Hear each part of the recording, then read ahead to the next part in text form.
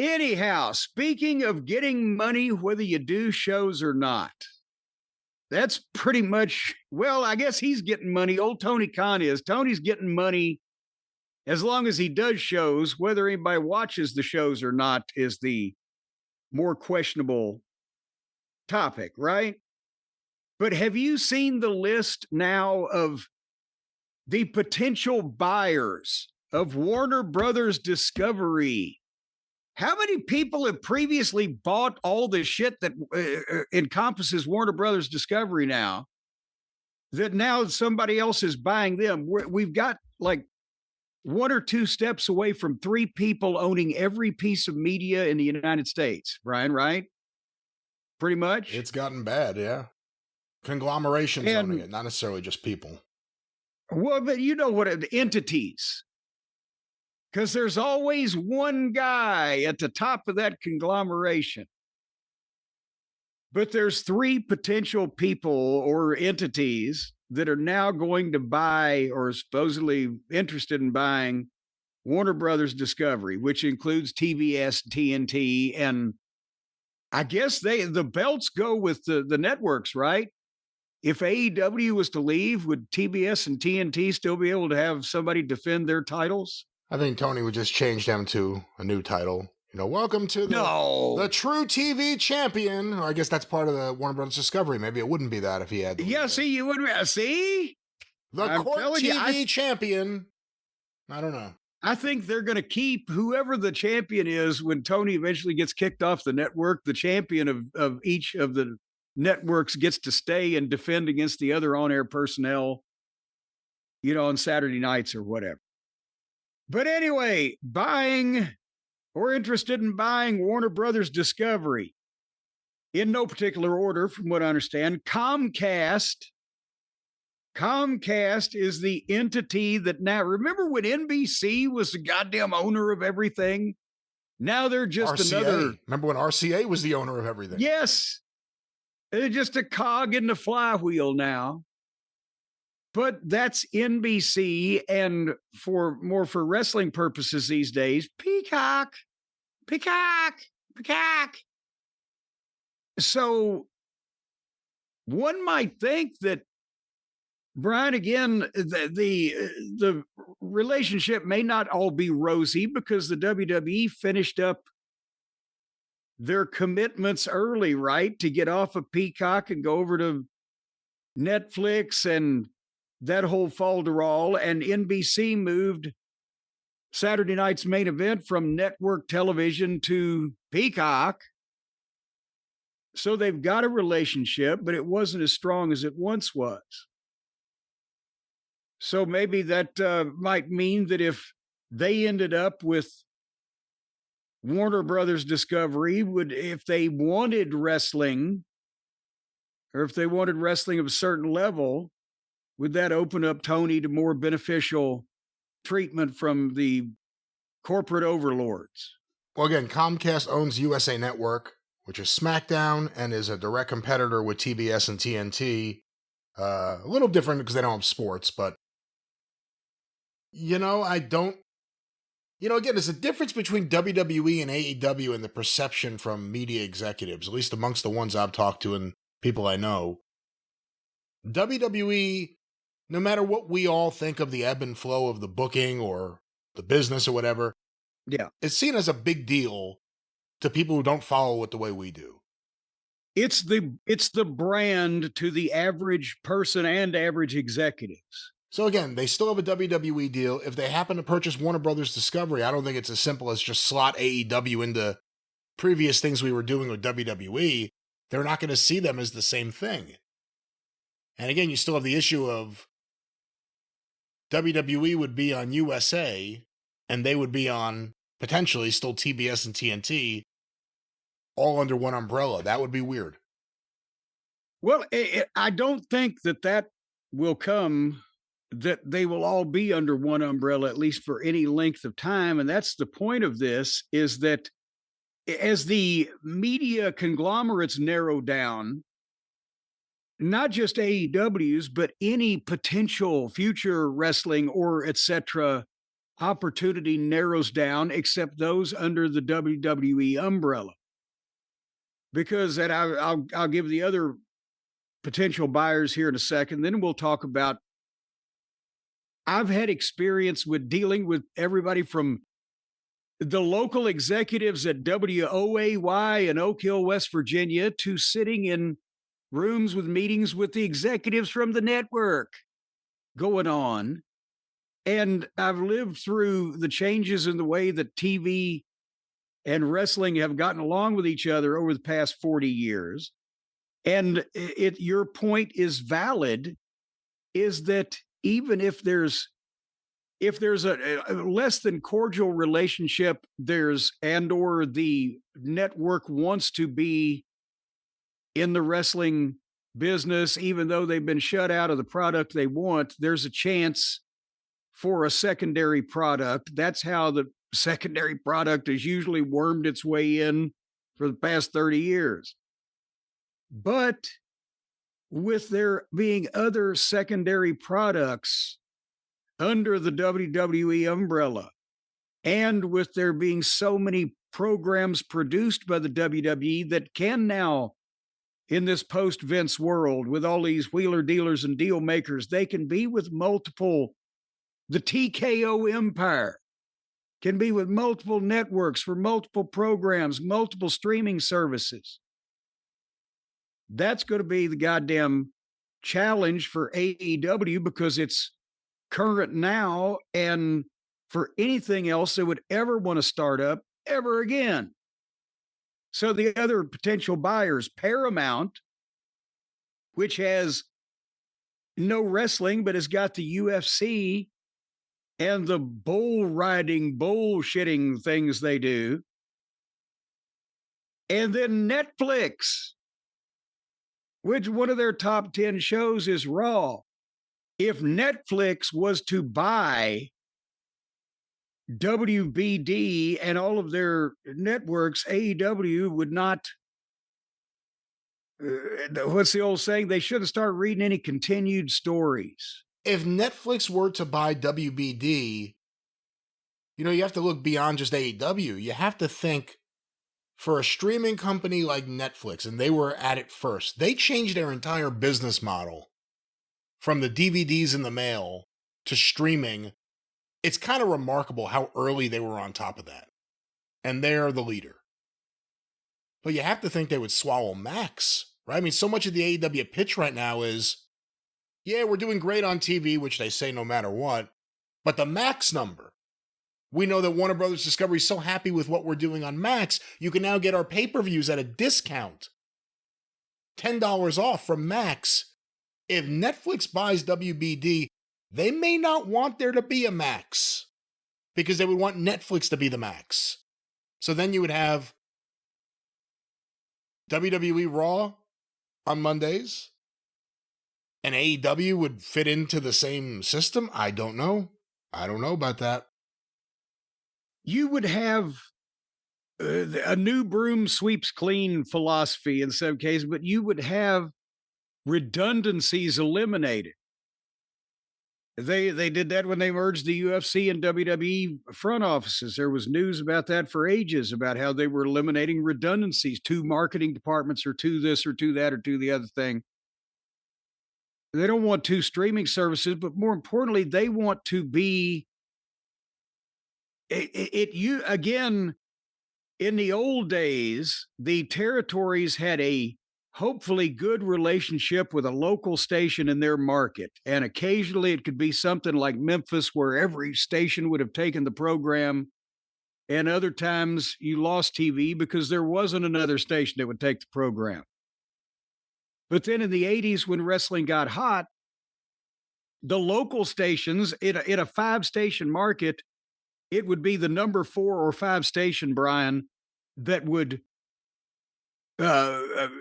broadcast all the territory shows or the wrestling blocks or whatever, right? They'd strip it on weekends, whatever the case. But it wasn't necessarily the strong major local affiliates, which it always had been before with the local promotion. When they went away, boom. But then the networks over the last 25 years as they've gotten involved and gotten in the wrestling business and started to own parts or get concessions or pay rights fees, but get crossover appearances. Do the Netflix people or even the Comcast people or whoever the people, do they want to be able to say, oh, yeah, we've also got X star in our movie that's coming out or the TV show where he's hosting the guest? Cena is the host of a game show on TBS.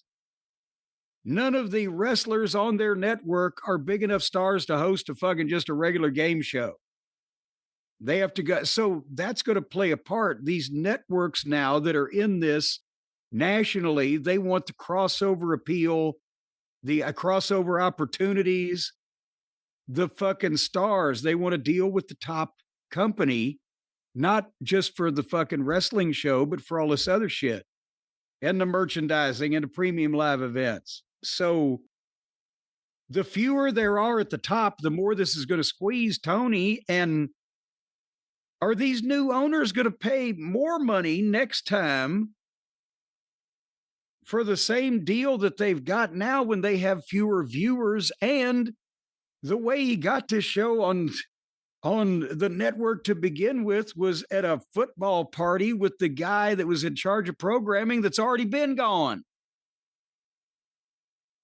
So now he's a redheaded stepchild twice removed after this move takes place. And that's with us not being sure if Warner Brothers Discovery actually owns a piece or not. And Tony and AEW have fought hard, I think in the Moxley lawsuit where the stagehand got hurt, to prevent the information from getting out about who truly owns the trust or the company behind AEW. They've fought to let that information out. It's not as simple as Tony and his sister. It was set up by their dad. There's something else going on. And it may or may not be Warner Brothers Discovery, but a lot of people in media who aren't in wrestling think that AEW is owned, at least a small percentage of it, by Warner Brothers Discovery. So that would have to go into the equation one way or the other. And the other thing is, USA Network tried to rebrand like the whole network. I don't even remember. It may have been 20 years back. All of a sudden they had original programming and it wasn't just Rhonda Shear and, the Cartoon Express. Characters matter. Characters matter. Those shows all became priorities and those shows were, to them, prestigious shows. But the strength of Raw and WWE to them were, yeah, it's not going to be as sexy to advertisers, but these numbers, and specifically the male demographic, is going to make us the number one network on cable. All these other shows are going to do good. This will put us over the top. That's what became the value of Raw. Again, it's a different playing field now. You could argue that some people, based on the deals, still see WWE that way. We're going to get all these eyeballs from men. WWE's a hot thing. Let's bring it in. They're not going to say that about TNA. TNA. Oh, they're not going to say about TNA. They're not going to say that about AEW. They may say about TNA if WWE keeps helping them. But they're not going to say that about AEW. And we've said it before everything was up in the air about Warner Brothers Discovery being sold. So much of the strategy for the media deals for WWE, it's about getting as much money as you can from everywhere, but it's also about closing doors that Tony Khan won't be able to open. And they've got deals, CW is not even on this list, obviously. They've got to deal with CW. They have deals all over the place. They have international deals, and then they have deals that are just domestic. And a large part of that, and the thing that's going to probably hit the hardest in the next few years, if it's going to happen, it's going to happen the next few years, will be Tony Khan being shut out from any of these established big partners. Well, they can say, oh, your group of stations is predominantly Hispanic audience. Here we have this AAA show for you. Or you'd like something different besides our mainstream stars. We have this NXT thing for you. Oh, but also, we're not a monopoly. We work with this other thing called TNA, and they're just swell.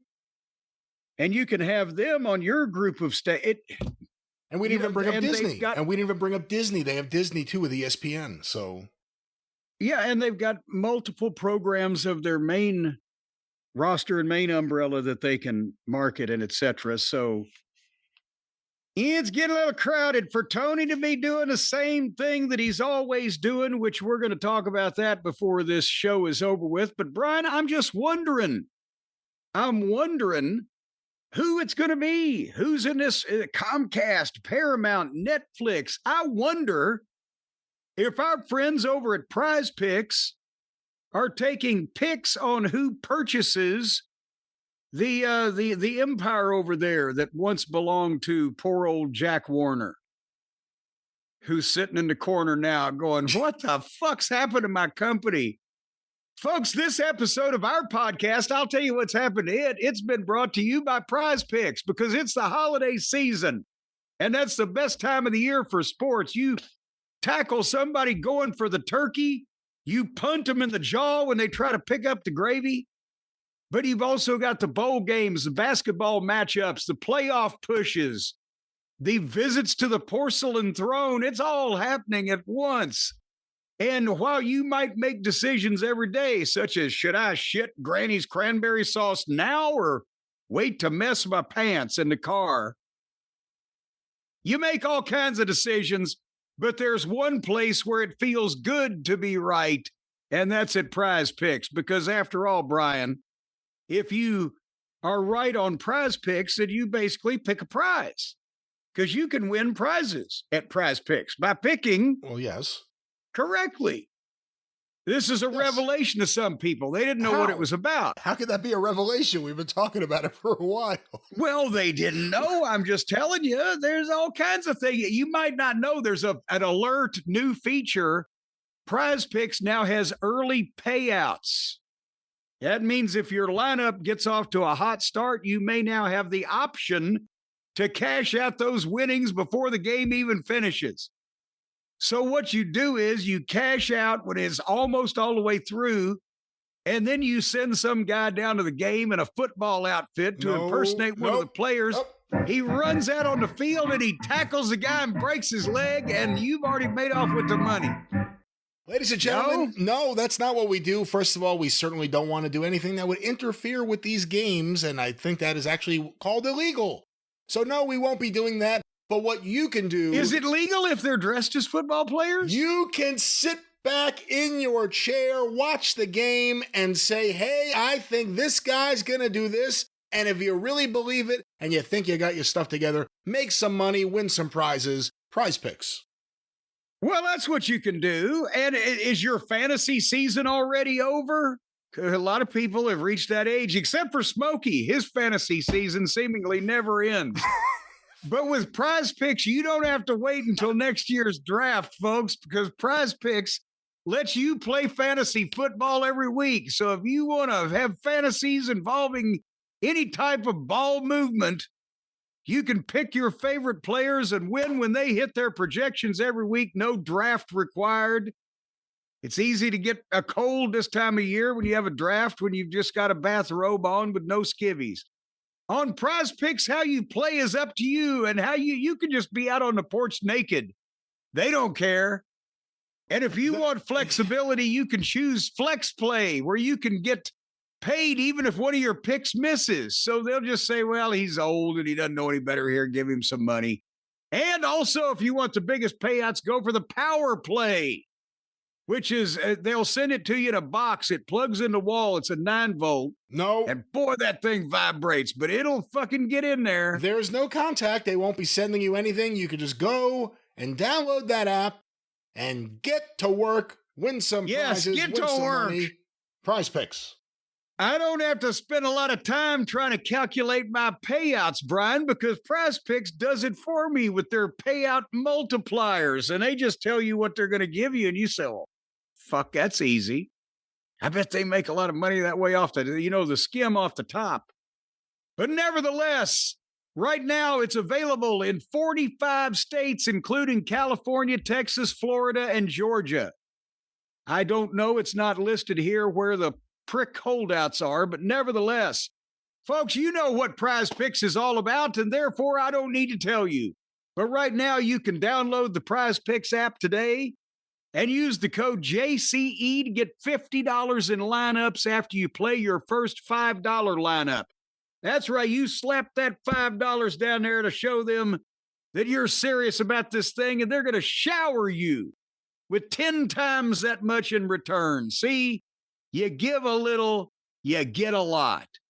Code JCE, $50 in lineups after you play your first $5 lineup, because at Prize Picks, it's good to be right, and even better when you're right and get money for it. And when the guy shows up on the little bicycle with your envelope, he won't look you in the eye. He'll just he'll reach out, you just take it, and there's your money. Prize Picks. A funny scenario that won't be happening. Of course, everything is virtual. Download that app. Prize Picks, one more time, Jim. Bad chord, but what's that promo code? Whoa, it's a bad chord, but a good pick. Pick how many times Brian's going to hit a sour note. PrizePicks.com, code JCE.